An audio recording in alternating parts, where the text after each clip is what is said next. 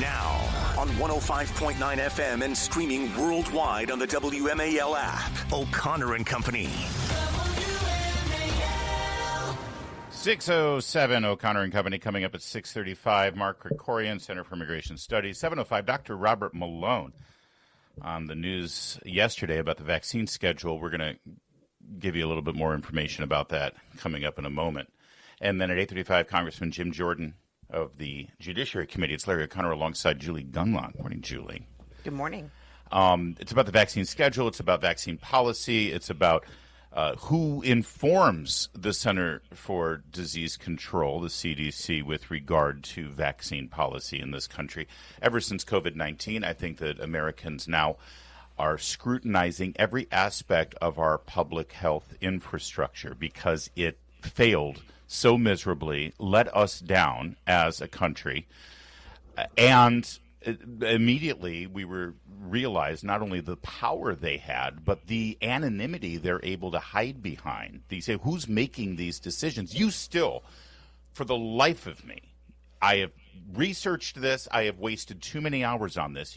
I dare you to try to find who determined that we had to have a 6-foot social distancing rule during COVID-19. This was everyone talks about the masks, rightly so. Everyone talks about vaccine mandates, rightly so. Everybody talks about, shutting down business, all of those things that we were forced to endure. But it was that social distancing rule, the 6-foot arbitrary social distancing rule, that was the fountainhead of everything. It determined our election because we couldn't have a regular voting process because people couldn't stand in line when they went to vote on election day. So we had to open up we had to change all the norms, and it had to be done by a governor's dictate, not through a normal legislative process. No. This is a public health emergency, so the governor can decide we're not going to vote the way we always vote to prohibit any kind of fraudulent behavior. Now we're going to have drop boxes on the side of the road. Now we're going to let people mail things, and we're going to qualify those ballots in extraordinary ways we never used to because, it's an extraordinary circumstances. It's a public health emergency. And Julie Gunlock, for the life of me, you can never find the name of the person or the committee that came up with that 6-foot distancing rule. Ever since COVID-19, every single one of these advisory panels and nameless bureaucrats who control so much of our lives, they are all under scrutiny. And yesterday, the Secretary of Health and Human Services, Robert F. Kennedy Jr., dismissed the entire advisory board for vaccine policy at the Center for Disease Control. And you look at MSNBC and the headline is, Kennedy guts CDC's independent vaccine panel of experts.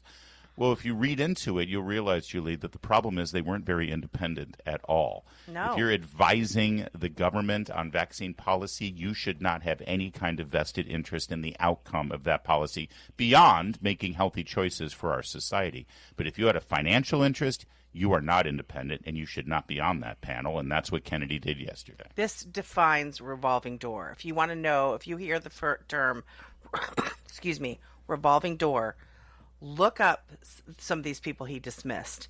These people go from government to private to government to private. They make millions and millions of dollars, and this is what we voted for. Look, there will be a new panel of vaccine experts appointed. It is not as though we are going to go without these vaccine experts, but it is time to clean house. And Trump was honest about this. RFK was honest about this. They are cleaning house. And again, this revolving door is what got us these chummy texts between Randy Weingarten and Rochelle Walensky during COVID, where they were going to open schools and there was going to be new guidance. And then Randy texts Walensky, a Fairfax Parent Association, got these texts. We know what happened. This influence that these chummy people have over each other that can really radically change policy in a text, it's got to stop. It's got to stop. This follow the science, we're actually trying to pursue that. RFK and Trump are trying to pursue that, trying to bring clarity and some amount of dignity back to these scientific agencies. This is good. And again, this is what we voted for. And much of what they're going to be discussing is the vaccine schedule. In fact, there is a meeting coming up in just 3 weeks, in fact, to discuss specific protocols for I just had it in front of me. Darn it! When our document shifts, I know it causes chaos. As we're adding information, they're going to be discussing the schedule for a whole host of vaccines, and they're supposed to be meeting the week of June 22nd. So this panel needs to be replaced in time for that meeting. Kennedy announced yesterday. Here it is. They're scheduled to meet the week of June 25th to 27th to discuss vaccinations for COVID, RSV, influenza, HPV, and meningococcal disease. The meeting will still take place, and that means they need to replace this board between now and then. Of course, all the typical naysayers are saying that, that means they're not going to be properly vetted. There's no real time to check conflict of interest issues. The problem with the current panel is that there were conflict of interest issues. That's right. But listen, you are absolutely right that Kennedy and Trump both said that this is exactly what they would do if they won the election. And there were a lot of people who were on board with it. Frankly, the MAHA movement, the Make America Healthy Again movement, was probably the most important voting bloc to swing this election, bar none. They expect this. And look, I feel like it's important to say, I don't know you can find someone who's more pro-vaccine than I am. I've written 2 articles for the Wall Street Journal laying out why people need to get vaccinated and get their kids vaccinated. I have been a long proponent of the current vaccine schedule. And then COVID happened, Larry. Yeah. Most of my advocacy happened before COVID, and then COVID happened, and I did not understand the depth of the corruption and problems within these agencies. I did not understand how dangerous it is to have these kinds of conflicts of interest. So I have changed. I'm not saying that now I'm on the RFK level of skepticism of vaccines. But I certainly do think that there needs to be a clean house. I certainly do think there needs to be reform. And this is reform. It's ugly. Sometimes it's ugly. Sometimes it's bloody. But this ultimately is going to lead to parents and to individuals feeling more confident about the vaccines. And that's good. That is good. Because let me tell you, if you can make me doubt the safety of vaccines and the need for vaccines, you got a real problem in this country. So this is a way to build that confidence back. Same here. It's 6:15 WMAL. Oh, Dr. Robert Malone will join us at 7:05. He, of course, is the inventor of the technology, the mRNA technology used for many vaccines, including the COVID shot. He's become an advocate for strict scrutiny of these policies. He'll join us at 7:05. WMAL, making sense of the news. Live from the Home Paramount Pest Control Studios. Home Paramount, the leader in pest control since 1939. Did you know that the current CDC guidelines for vaccines recommends a COVID-19 shot? I'll actually let me set it up as a question. At what age do you think the CDC currently recommends the first COVID-19 shot for children? Young, probably 5, maybe younger. Tell me. 6 months. Good God, really? 6 months old. At this moment, right now, it's still the Biden protocols. I know it's funny if it weren't so outrageous. Has there ever been a baby or toddler who has died or even suffered a terrible case of COVID-19 that has even hospitalized them? No, but don't forget. Do you remember during COVID they would count like someone gets decapitated in a car accident and he had COVID, so they put it in the COVID. That's a COVID column. Death. Remember that? Oh yeah. My gosh! If it weren't for COVID, that head would still be on. Yeah, exactly. So, again, I'm not anti-vaccine. I am anti-government overreach and control. I'm anti-lying. That's what I mean. I'm anti-lying as well. You and I have that about us. Yeah. All right, so we'll get into all of that with Dr. And as usual, whenever we discuss health issues, I want to admonish and remind our listeners that if you listen to my advice, and for the most part, Julie's advice, for any serious and important health decisions, you will die. You will be dead. We will appear at your funeral if you'd like. Oh, yeah, absolutely. Oh, we give a great 2-person eulogy. It's great. We do. We sort of simmer down on a lot of the humor, but not all of it. I mean, let's face it, you got to cut the ice at a funeral. You got to, got to break the ice a bit. So we'll have a few jokes, but you will die. Absolutely. We will have you crying, laughing. Yep, we will. All right. We had a development, we think, over the weekend. It looked like Elon Musk was starting to my friend Sean Spicer sort of likened this to two frat bros who used to be best buds, and then they have a huge blow up, a huge dust up. They say terrible things, and then a week later they'll see each other at a party. Well, and they give each other the nod and say, "Hey, yo, bro, yeah, we're good. Are we good? We're good. We're good." It'll never be the same with that friend. You all know what we're talking about. You've had this situation before, where you have a big blow up with a friend. You figure it out at the end, and you don't even have to say anything. It's just sort of, all right, fine. Now that friendship, the friendship will never ever be what it was, but you're not enemies, right? You still have. I mean, that's sort of where we're at right now. I'm just laughing because I'm thinking of like all of the people that you have... like we're all going through like over the people. Yes, I was just doing that too, and as I was saying it, I was like, "Yeah, that's." Oh no, wait, that person is still my enemy. Actually, no, that one. I didn't actually mean that your husband's a boob. I just meant that he can kind of be when he gets drunk. He can kind of be tiresome. Yeah, it can be awkward though to move on past that, right? I mean, seriously, what husband goes by the initials JV? I mean, just pick a name, right? It's ridiculous. All right. Anyway, Trump yesterday was asked. He was doing. Should I not even name initials? No. Should I? No. Okay. Right. Yesterday, during a panel on economic empowerment or something like that, it was actually a very good panel. We'll get to some of the details of what was announced yesterday. But he was asked about his current situation with Elon Musk. Cut 10. Here's the president on Musk. Are you going to get rid of the Tesla and the Starlink service that you have here at the White House? No, I haven't heard that. I mean, I may move the Tesla around a little bit, but I don't think we'll be doing that with Starlink. It's a good service. Where are you going to move it to? Move it around? What do you mean? I have a lot of locations. Actually, about the Tesla. I had so many locations, I don't know what to do with them all. About the Tesla, did you ever see Elon Musk get physical with the Treasury Secretary? No, I didn't. And I tried to They did have an argument, but I didn't see a lot of physicality there. And there was this New York Times report that he did not want to talk about, Elon Musk, that alleged that he, towards the end of his time in the White House, was blurring the lines between recreational use of drugs and medicinal. Do you think he ever had drugs here at the White House? I really don't know. I don't think so. I hope not. Look, I wish him well. You understand. We had a good relationship, and I just wish him well. Very well, actually.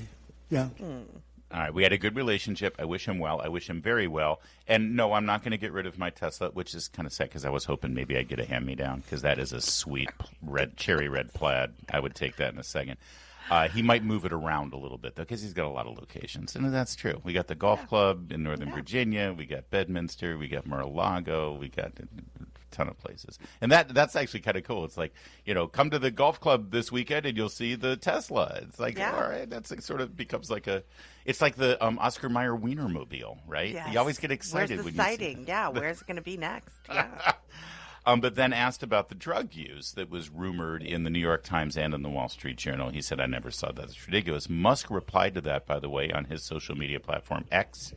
He said, you can tell immediately that someone is a massive liar if they're claiming I'm on drugs, as I'm one of the most photographed people on Earth, and I'm in meetings with a wide array of people 7 days a week. Moreover, I was randomly drug tested for about 3 years after one semi-puff on Joe Rogan. Not the slightest trace of drugs or alcohol was found. That's right. I remember that. The board of directors at Tesla demanded that he get randomized drug tests because he was smoking on a joint for a photo op with Joe Rogan, and ever since they demanded he be drug tested. That's a fair point. Although, just because you're the most photographed person on Earth doesn't mean... I mean, Michael Jackson was the most photographed person on Earth. But he was able to have quite a few destructive habits when the cameras were not around. So I like Elon Musk. I just don't take that as necessarily... To be honest with you, I just wish he'd lean into it a little more. I think the frat boy, like wrestling on the ground and punching each other is hilarious with Scott Besson. I think lean into it. Like, let it go. It's kind of funny. You can tell me you're the mother of 3 teenage boys without telling me you're the mother of 3 Happens teenage like 12 times a day in my house. It's 6:23. Coming up, Mark Krikorian. He's with the Center for Immigration Studies, and he will give us an update on the chaos in Los Angeles. Keep it here It's 6:30. WMAL-FM Woodbridge, Washington, a Cumulus media station. Making sense of the news. News Talk 105.9. WMAL. News now. Now on 105.9 FM and streaming worldwide on the WMAL app. O'Connor and Company. It's 6:37 on O'Connor and Company. Thanks for letting us be a part of your morning routine. Coming up at 7:05, Dr. Robert Malone on the Vaccine Advisory Board and what that means to you and your children. 8:35, Congressman Jim Jordan from the Judiciary Committee. It's Larry O'Connor with Julie Gunlock. Julie, look who's here. He's Mark Krikorian. Yay. Mark Krikorian with Center for Immigration Studies. Mark, thanks for joining us. Good morning, sir. Yeah, happy to be here. Thank you. You've been around the block a bit. You've seen these things come and go. You've seen immigration dust-ups now and again. As you gaze your eyes westward at the city of Los Angeles and the chaos in the streets, what's your assessment here? Is this organized? Is this planned? Is it scripted? Did Trump instigate this? What's going on? No, it's clearly planned, at least in some significant part. The writer Clausewitz said war is politics by other means. Well, what we're seeing in L.A. is that rioting is politics by other means. This is an attempt by the left that's basically approved of by the mainstream, Democrats to use violence as a kind of veto to the Trump administration from actually enforcing the law. And I mean, that sort of fits in with what we've seen politically for the last several months as leadership in Washington, D.C. has been rather ineffective and feckless. The polls show that even Democrats think they have no direction and no ability to get any sort of political victories. And so what do you do if you're frustrated and you can't get any traction? Well, you start breaking things. Anyone who's parented a toddler knows that's what happens. And you start burning cars. Hopefully toddlers won't start burning cars, but that's what these guys are apologizing for and justifying, and in fact instigating in some senses. And look, who's the only prominent Democrat who's spoken out against the violence? It's Fetterman. Yeah. Who's the only prominent Democrat saying that maybe Hamas isn't so great. So this really is, it's kind of part of a broader thing. And these protesters, these are the same people protesting in favor of Hamas. It's all kind of the same thing because it's all basically anti-America and anti-system and anti-constitution.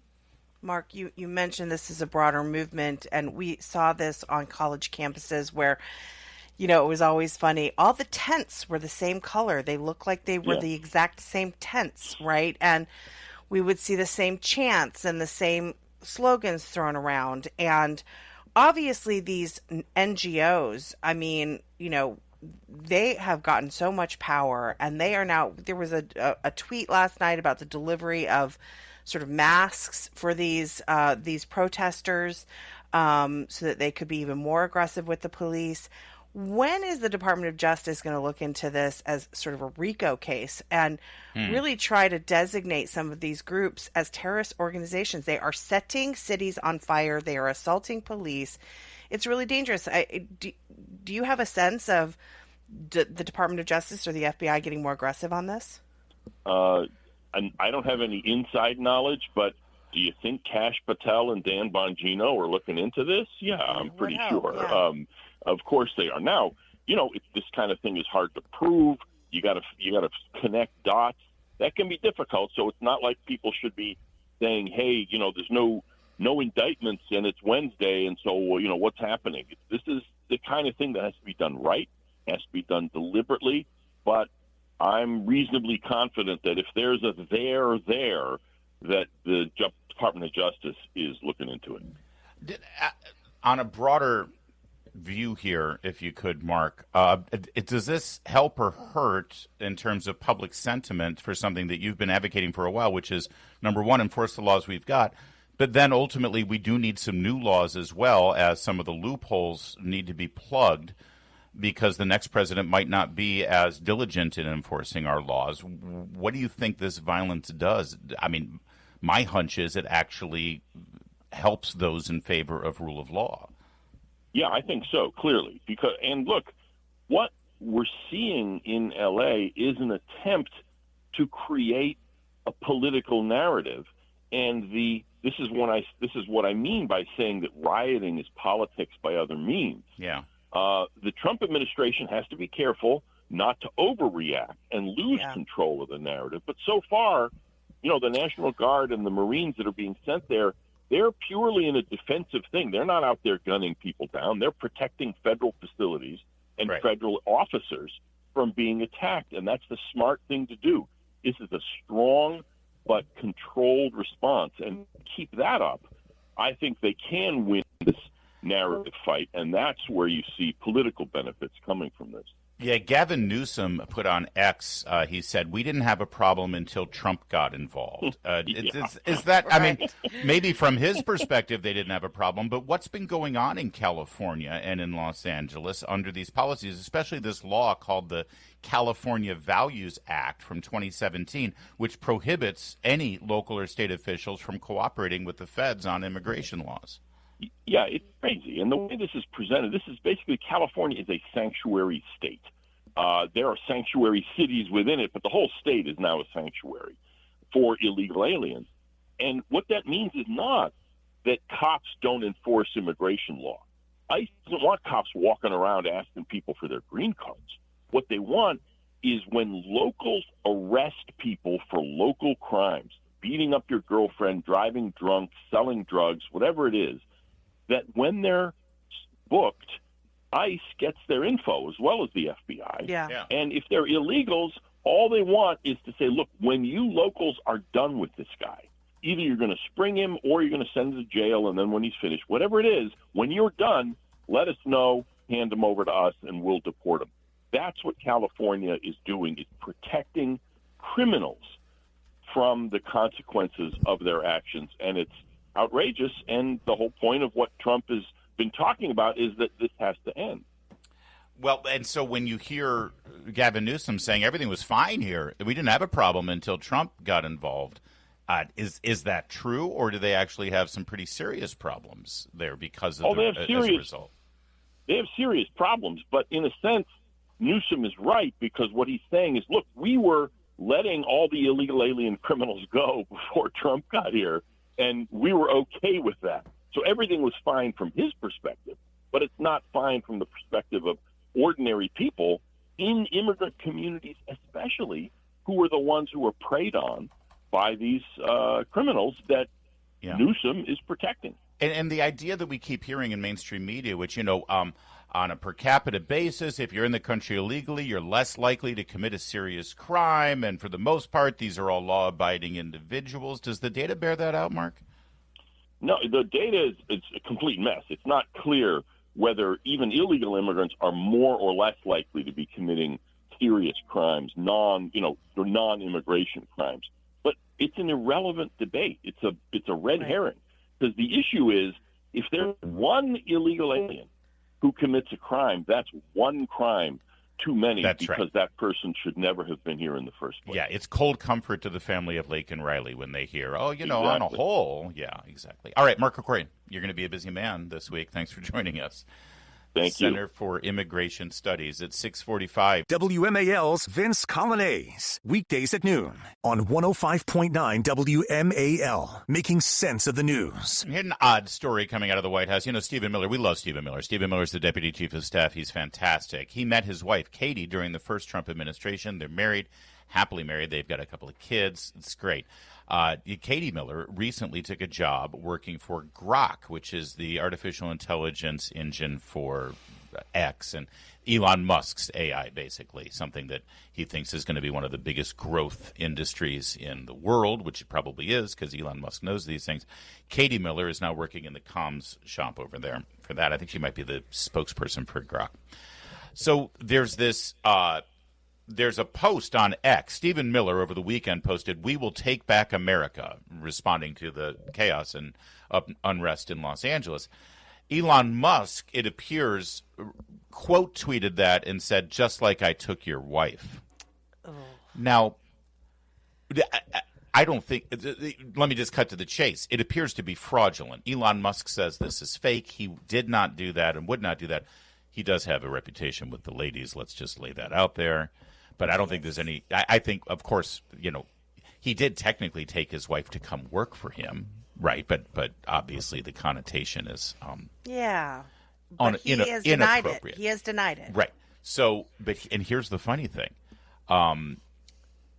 The post was given to the Grok AI. One thing you can use Grok for is fact checking. Yeah. So Grok, the AI on X, was asked, "Hey Grok, is this post genuine or not?" And Grok responded, "The post from Elon Musk likely existed and was deleted." And Elon Musk had to reply to that and say, "No, it's fake." So basically, Elon Musk is forced in a position of saying that his AI engine is wrong and got something wrong. But Grok does get it wrong. Grok it's funny. does get things wrong. I don't know why the algorithm, but I'm constantly seeing clips from movies, mostly 80s movies, and like, let's just, for example, a clip from Terms of Endearment shows up on Twitter, and someone will say, "Grok, what is this movie?" And Grok will be like, "It's Peter Debbie the Does Dragon." Dallas. It's like literally so off. So I actually have seen Grok be wildly off. I have seen Grok be wrong. And so it's not it's not perfect. So anyway, I'm just going to go with Grok was wrong and it was fake. And they Elon are happily married. Look, they seem happily Elon married. Musk They've did got not 3 take kids. Stephen Miller's wife, and he would never say such a thing on social media. Yeah. And we love Stephen Miller and his family, and we wish them all the best. And Elon, just control yourself. It's 6:52.